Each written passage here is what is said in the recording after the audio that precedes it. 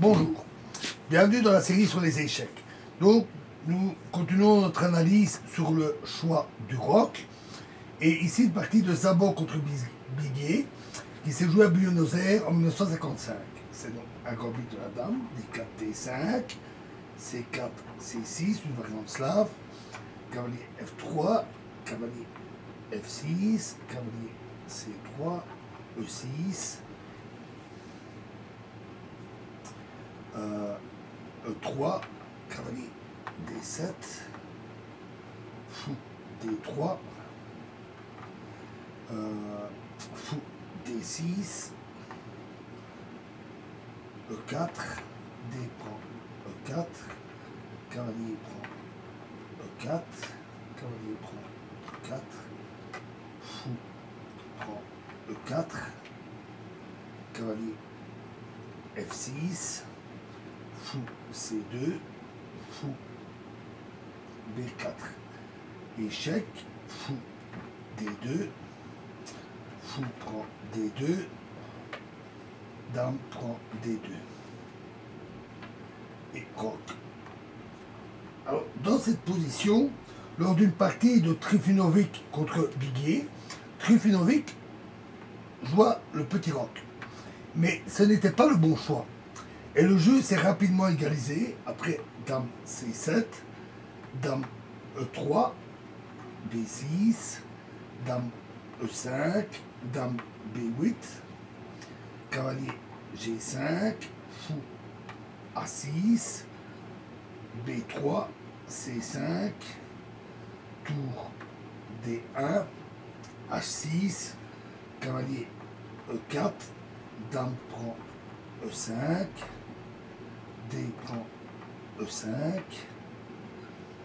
cavalier prend E4, fou prend E4 et tour D8. Et là, le jeu est totalement égal.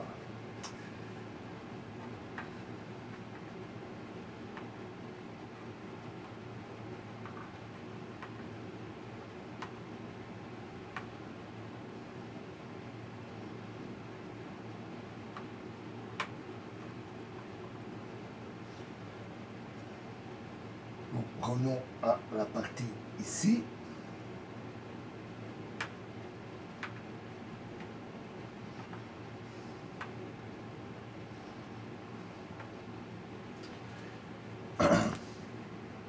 Pourtant, dans cette position, la position est avantageuse pour les blancs parce qu'ils ont la supériorité au centre, ils ont le bon fou contre le mauvais fou, qui est hors de combat pour un bon moment.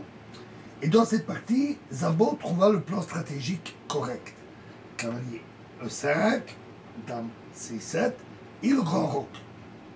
Ce qui donne ainsi la possibilité aux blancs d'une attaque de pion à l'aile roi, alors que les noirs ont de graves problèmes. C5, une contraction logique, mais beaucoup trop stéréotypée. B5 est un très bon coup qui semble beaucoup plus prometteur, avec l'intention de libérer le fort point d'action D5 pour le cavalier. En tout cas, après C5, les blancs ont également les meilleures chances, vu que le fou C8 reste longtemps enfermé. Dame E3, alors l'échange C prend D4, tour prend D4 ne fait qu'accélérer l'attaque blanche. Donc B6. Mais maintenant, les noirs perdent tout espoir de contre-attaque le long de la colonne C. D prend C5, très bon coup, et B prend C5. Après, dame prend C5, dame prend C5, B prend C5, F3. Les blancs ont une finale très avantageuse, où se font sentir d'un côté la faiblesse du pion C5, et de l'autre, la proximité du centre du roi blanc. Donc B prend C5, mais qui bloque donc la colonne C. G4, un très bon coup, tour B8, tour G1, dame B6. Impossible ici est cavalier D7. Parce qu'alors cavalier prend D7, fou prend D7 et dame D3. qui attaque à la fois le fou et le point H7 avec menace de mat. Bien qu'il y ait encore parce que le cavalier n'est plus là, justement.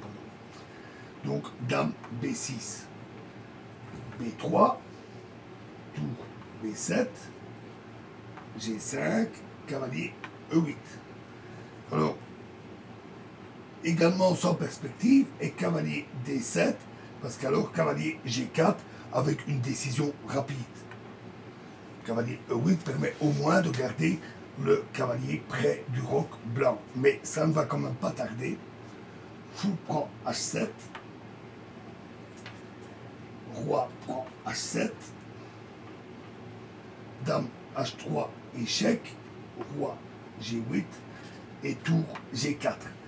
Et les noirs abandonnèrent parce que le mat sur la colonne H ne peut plus être évité. Par exemple, sur F6, c'est tour H4, F prend E5 et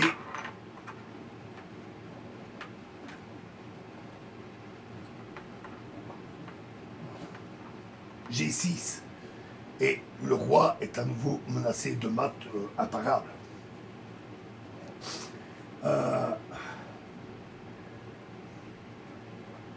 Alors, comme dans un des exemples que nous avions vus, avec la théorie des ouvertures, ici également le grand roc a servi de préparation à l'attaque du roc. Mais dans de nombreux cas, il est avantageux de roquer du côté où l'on compte attaquer. Ce n'est toutefois possible que lorsque le propre roi, son propre roi, est à l'abri des contre-attaques, grâce à un avantage d'espace. Malgré cela, il peut être dangereux de découvrir ainsi son roi. Et on va en avoir un bel exemple dans la prochaine vidéo. Je vous remercie.